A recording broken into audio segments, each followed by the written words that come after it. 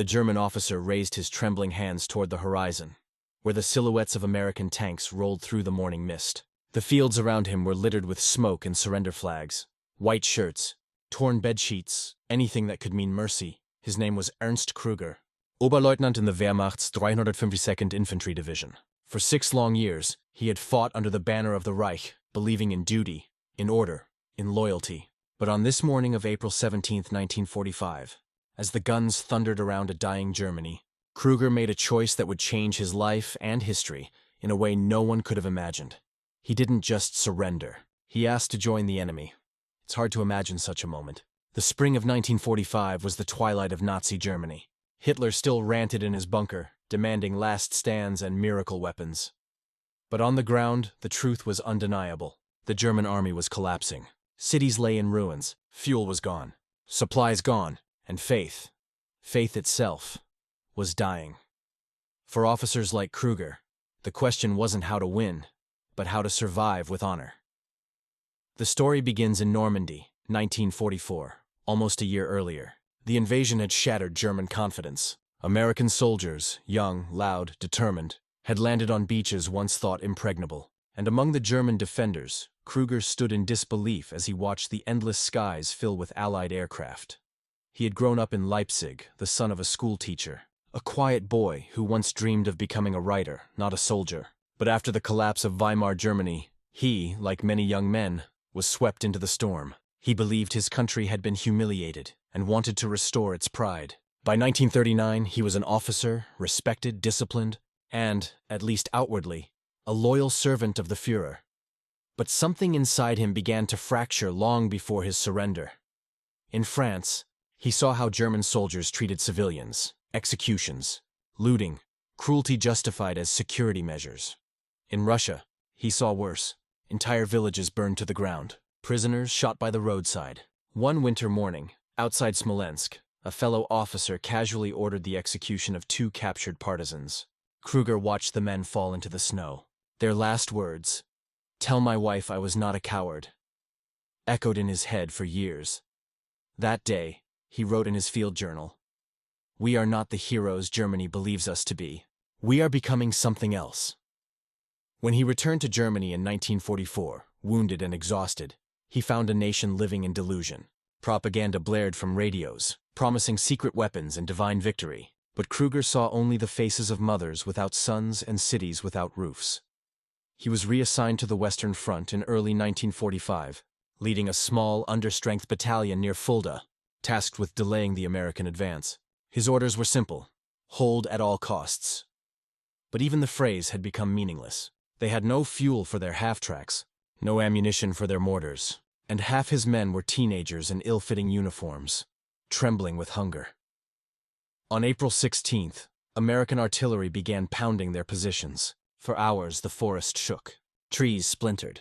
Earth erupted. Kruger moved through the trenches, shouting above the roar, "Stay low! Hold your fire until they're close!" But even as he shouted, he knew it was over. Through the smoke, he could see hundreds of American vehicles rolling forward, endless, unstoppable. Shermans, half-tracks, and trucks, each bearing the white star of an army that seemed to have no end. By dawn, half his men were gone. The rest were dazed, disoriented, ready to flee. He gathered them in the open field and spoke quietly. "Gentlemen," he said, "Germany has lost this war, but we have not yet lost ourselves." At noon, Kruger made his decision. He ordered his men to cease fire. He walked forward with a white handkerchief tied to his rifle. Behind him, 20 surviving soldiers followed. As the Americans approached, the sound of diesel engines filled the air. An M4 Sherman halted just 50 meters away. A hatch opened, and an American officer, tall, young, chewing gum, leaned out with a .45 on his belt. He shouted, "Drop your weapons!" Kruger nodded and placed his rifle on the ground. When the Americans surrounded them, one of Kruger's men whispered, "Herr Leutnant, they will shoot us." Kruger shook his head. "No, these men are not like the ones in the East." He was right. The Americans didn't shoot. They disarmed them, searched them, and sent them to a temporary holding camp near Kassel. For most prisoners, capture was humiliation. For Kruger, it was liberation. That night, sitting in a makeshift tent, he looked up at the American guards, laughing, talking, passing around cigarettes, and felt a strange, unexpected envy. They looked free. One guard, a sergeant from Texas, offered him a cigarette. Kruger accepted. The sergeant smiled. Name's Tom. You guys done fighting yet? Kruger hesitated. In my heart, he said softly. I was done long ago. Over the next days, the Germans were transported westward, deeper into American custody. Kruger began to talk with the guards, trying to understand this enemy who had just conquered his homeland. He was astonished by what he saw. The Americans were well-fed, well-equipped, confident, but not arrogant. They spoke freely, laughed openly, even joked about their officers. To a man raised in the strict hierarchy of the Wehrmacht, it was almost incomprehensible. One night, sitting near the wire fence, Kruger said to another prisoner, "They are what we were supposed to be, disciplined, but human." Days later, the war officially ended. Germany surrendered on May 8, 1945. But for Ernst Kruger, his story was far from over. While most German officers planned their return to a shattered homeland, he began to think about something unthinkable. He didn't want to go back. He didn't want to serve any regime born of Nazism or revenge. He wanted to serve something else. And so, one quiet evening in the camp, he walked up to an American officer, a captain named Robert Hall, and said words no one expected. "Captain, I would like to fight for your army." The captain stared at him, stunned. "You mean, join the U.S. Army? You just surrendered to us." Kruger nodded slowly. "Yes, I have fought for madness. I wish to fight for reason." It sounded impossible, absurd even. But within weeks, the idea would reach the attention of American intelligence officers who were already recruiting skilled Germans for a new kind of battle. One not fought with rifles, but with information. And in that moment, the man who once fought against America began the journey to becoming one of its unlikely allies. The war was over. But in the spring of 1945, peace was a fragile illusion. Europe was a landscape of ruins, cities burned black, rail lines twisted like broken bones, and millions of displaced souls wandering roads that led nowhere.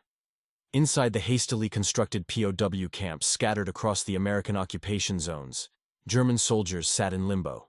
Some waited for release, others dreaded it, and a few, very few, were trying to decide what they wanted to be in the world that came next. Among them was Oberleutnant Ernst Kruger. He had surrendered as an officer of a defeated army. Now he found himself a man without a country. Germany lay in ashes, divided by zones and ideologies. The swastika was gone, replaced by silence and shame. The Reich he had once served no longer existed. And in its place, a question lingered in the air. What would rise next? Kruger's American captors had moved him to Camp Ashkan, a high-security facility near Luxembourg used to hold senior German officers and specialists. It was there that he first met the men who would change the course of his life. Not soldiers, but agents. They were part of the Office of Strategic Services, or OSS, the wartime intelligence branch that would later evolve into the CIA. The OSS had begun interviewing German officers for information, troop movements, code systems, and weapons programs. But Kruger's interview took an unusual turn. The American officer in charge, Captain Robert Hall, still remembered the strange request Kruger had made days earlier. He greeted the German politely, but with caution. "Lieutenant Kruger," Hall began, "you said you wanted to fight for us. I have to ask, why?" Kruger sat still for a moment, eyes fixed on the floor. Then he looked up. "Because, Captain, I've spent 6 years fighting for a lie, and I want to know what truth feels like." Hall didn't answer right away. He studied the German's face, the calm voice, the deliberate honesty. Finally, he said, "That's not a usual answer. You realize we can't just make you a soldier again." Kruger nodded. Then, "Make me useful." Meanwhile, the political world around them was shifting faster than anyone could comprehend. The Allies had defeated Hitler, but already a new shadow was forming over Europe, the Soviet Union. Communist influence was spreading through Eastern Europe like wildfire. American intelligence realized that yesterday's enemy might, in some cases, become today's asset. Former Wehrmacht officers, especially those who had fought on the Eastern Front, possessed something the Americans desperately needed: detailed knowledge of the Soviet military. The OSS began quietly recruiting. It was controversial, even scandalous. But intelligence wars are fought in shades of gray, not black and white. Captain Hall arranged for Kruger to be questioned by Major Alan Dorset, an OSS liaison fluent in German. The conversation was long, almost confessional. Dorset asked, "You were an officer. Did you believe in the Reich?" Kruger exhaled slowly. "At first, they gave us purpose when Germany had none. But I saw what that purpose became. I saw what it cost. And what would you do now?" "I would rebuild," Kruger said. Even if not for Germany, then for humanity. There was something in his tone that caught Dorset's attention. It wasn't the voice of an opportunist. It was the voice of a man searching for redemption. For weeks, Kruger remained under review. He assisted the Americans with translations, maps, and tactical briefings about the German army's collapse. But what impressed the officers most wasn't his knowledge. It was his perspective. He spoke candidly about the flaws of the Wehrmacht command system, about how blind obedience had replaced critical thought. He described how officers were punished for questioning orders, how entire divisions were wasted in meaningless, stand-fast commands, and he spoke with admiration of the American model: flexible, creative, trusting initiative over blind hierarchy. Hall later wrote in a memo, "This man understands what we fight for more than many of our own soldiers. He is not a Nazi. He is a soldier who learned too late what he was serving." In late summer 1945, Kruger was quietly moved to a facility in Camp Ritchie, Maryland, one of several sites where the U.S. Army's intelligence school had trained thousands of men for psychological warfare and interrogation. There, the Americans began training German-speaking recruits for a new mission: understanding and countering the Soviet threat. The camp was a strange place, part military base, part think tank. Former enemy soldiers now walked side by side with American officers. In the evenings, you could hear laughter in a dozen accents. For Kruger, it was surreal. Only months earlier, these same uniforms had been his enemies. Now they were comrades in study, sometimes even friends. One night, Captain Hall invited him to the officers' mess. As they shared dinner, Hall said quietly, "You know, back home people wouldn't believe this. An American officer and a German lieutenant breaking bread together." Kruger smiled faintly. "In another life, we might have met on a battlefield." Hall raised his glass. "And in this life," Kruger replied softly, "on the right side of history, I hope." But not everyone approved. Some American officers resented the presence of former German soldiers. One night, a young lieutenant confronted Kruger near the mess tent. "You think we're just going to forget what your army did?" he snapped. Kruger looked at him without anger. "I don't ask you to forget," he said, "only to let me help make sure it never happens again." That line would be quoted years later, in an OSS debriefing report, as the moment Ernst Kruger earned his chance. By autumn of 1945, he was no longer classified as a prisoner of war. Officially, he was an intelligence consultant. Unofficially, he was one of the first Germans to work with the emerging American intelligence network in Europe, a network that would soon become the backbone of the Cold War. The OSS gave him a new uniform. Not military, but civilian, simple and plain. When he put it on for the first time, he said quietly, "I have worn many uniforms. This one feels the lightest." Yet as the months passed, Kruger could not escape his past. Letters from home painted a grim picture. His father dead in the bombings, his younger brother missing in action on the Eastern Front, his mother barely surviving in Leipzig. He felt guilt, a crushing weight that no act of service could erase. Sometimes, in his small bunk at Camp Ritchie, he would open his journal and write lines that sounded more like confessions than notes. "I fought for pride and lost my soul. Now I fight for truth, though I may never find it." Then came the moment that would push his journey into a new and dangerous phase. In early 1946, a message arrived from Berlin. The Americans needed experienced officers who knew Soviet tactics to help organize the first post-war intelligence units in occupied Germany. Kruger was recommended for the role. He hesitated. Berlin was a city of ghosts, the ruins of his former life. But Captain Hall said simply, "If you want to help rebuild the world you destroyed, that's where it begins." Kruger agreed. And once again, he set foot in a uniformed convoy rolling toward a German city in flames. Only this time he rode under a different flag, and for the first time, with a clean conscience. But redemption is never simple. In Berlin, Kruger would discover that the war had merely changed form, that espionage, betrayal, and moral compromise would test him in ways the battlefield never did. And before his journey was over, he would be forced to choose again between loyalty and truth. Berlin, 1946. The war had ended, but the city still looked like the end of the world. Charred skeletons of buildings clawed at the gray sky. The air smelled of dust and wet ash. Children played in the ruins, their laughter echoing through bombed-out streets once patrolled by stormtroopers.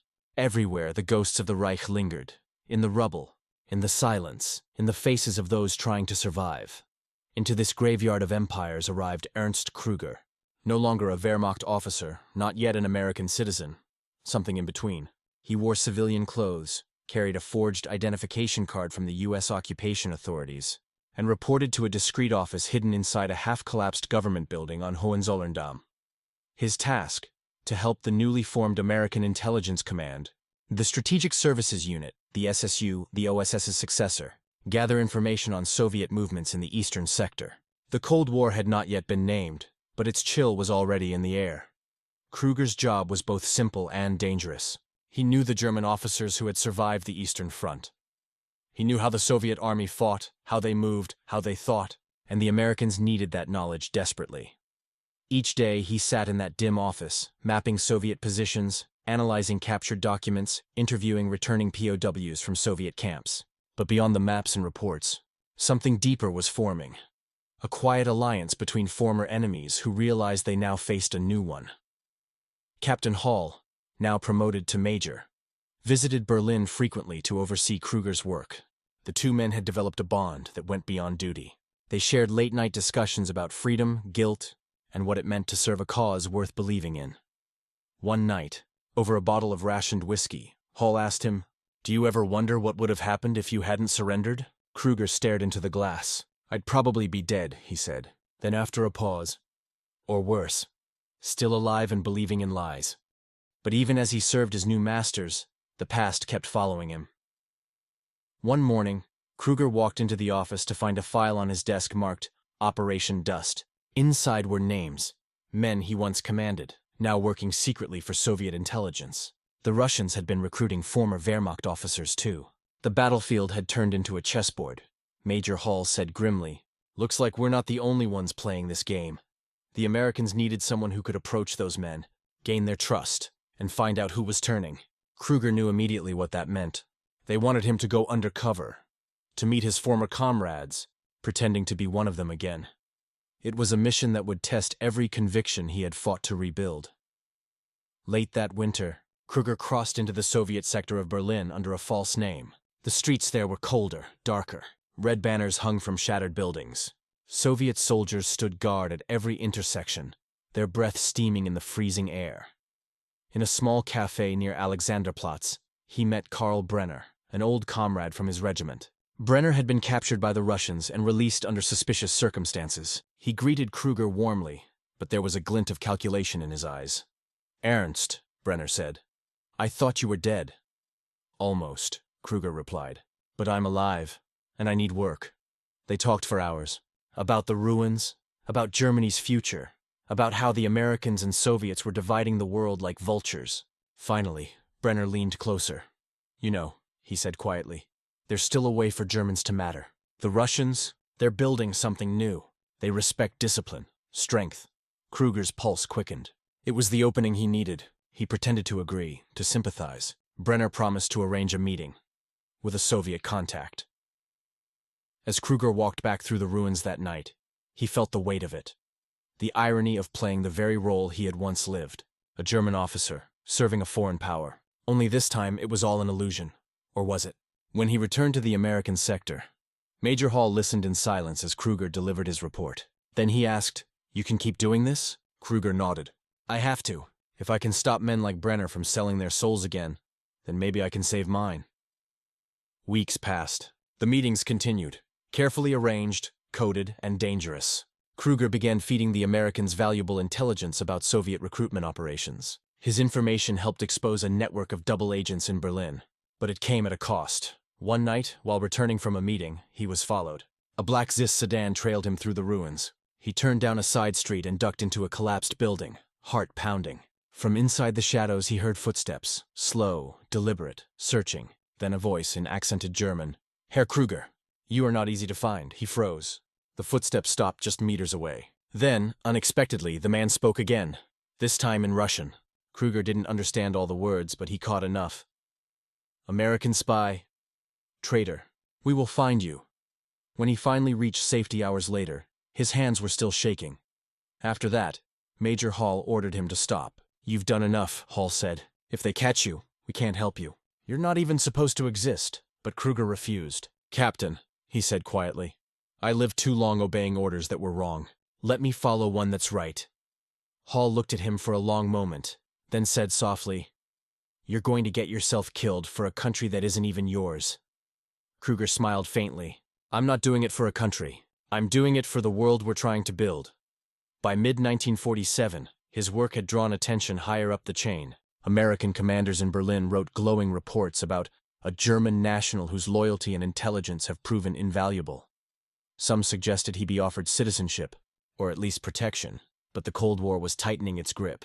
The OSS was gone. The CIA had just been born, and in this new world of secrets, nothing was simple.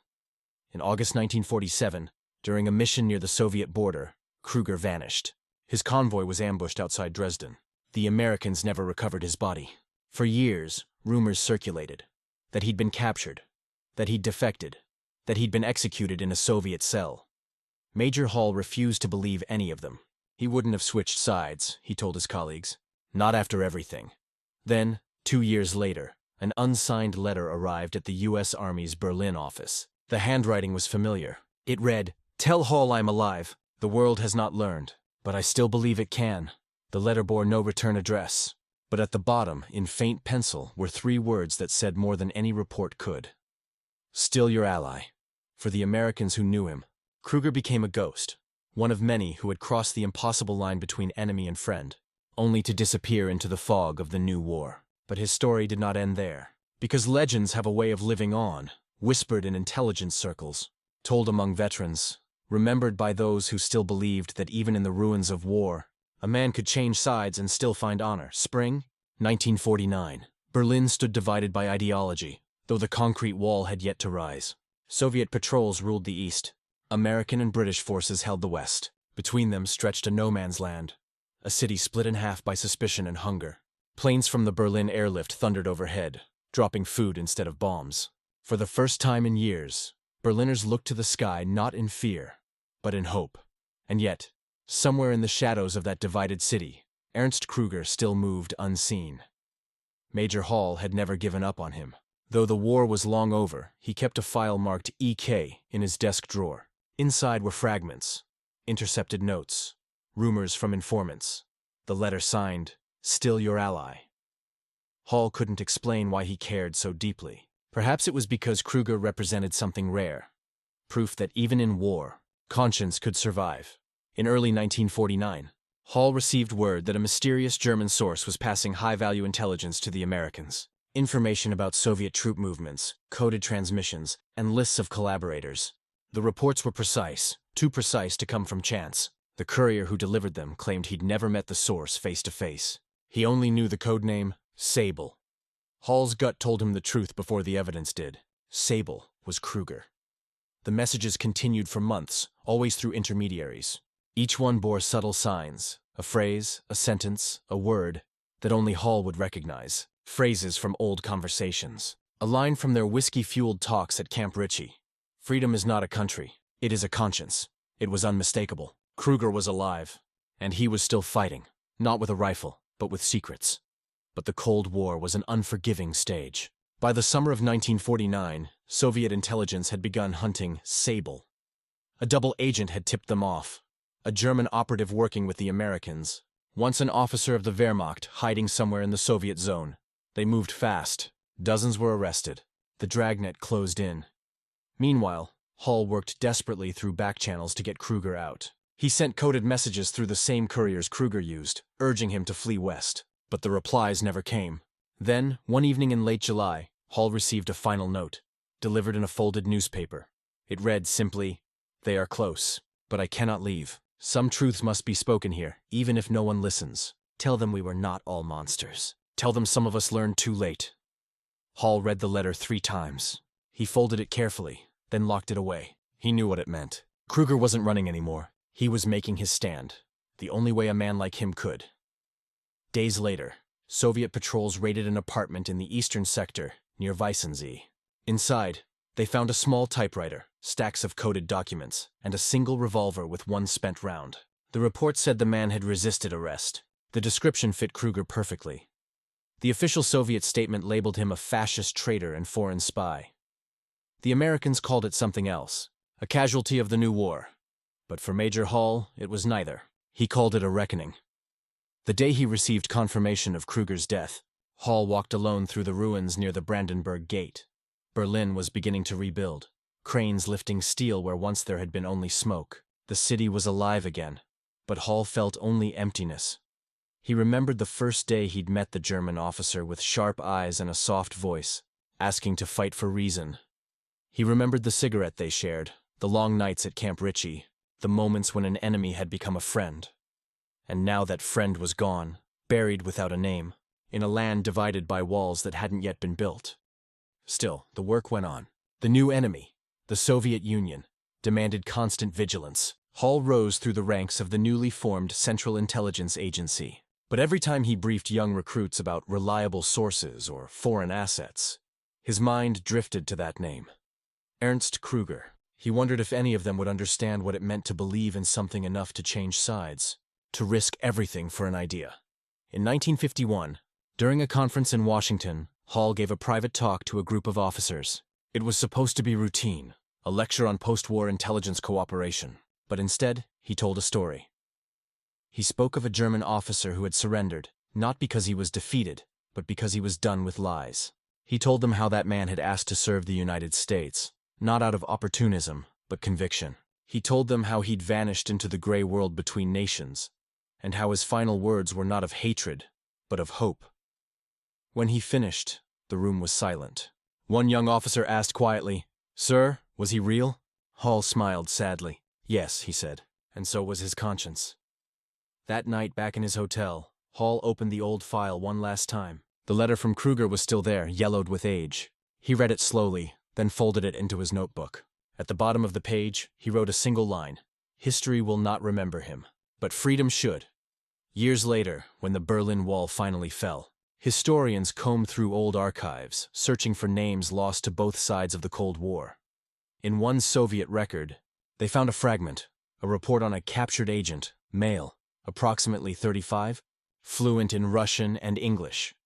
His last words, according to the file, were recorded by the interrogator: "You can kill a man, but not his truth." The signature on the document was smudged, the ink faded, but one word, barely legible at the top, remained clear: Kruger. In that moment, after decades of silence, his story resurfaced, not as a headline, not as a hero's tale, but as a quiet reminder of something rare. That even in the darkest corners of war, the human soul can choose light, because sometimes the bravest act isn't fighting for your country, it's fighting for what's right.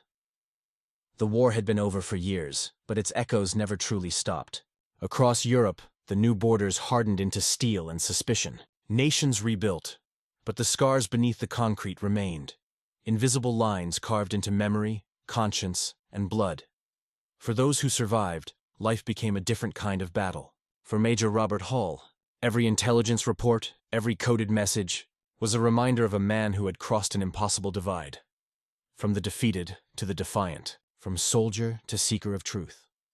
The Americans never officially acknowledged Ernst Kruger. His file was buried under layers of classification, marked deceased, confirmed 1949. No medals, no recognition, just silence. And yet, stories have a way of surviving even when their subjects do not.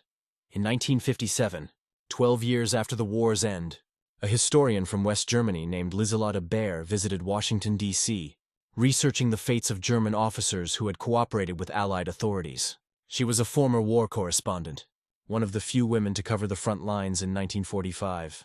Her uncle, it turned out, had served under Kruger's command in the 352nd Division.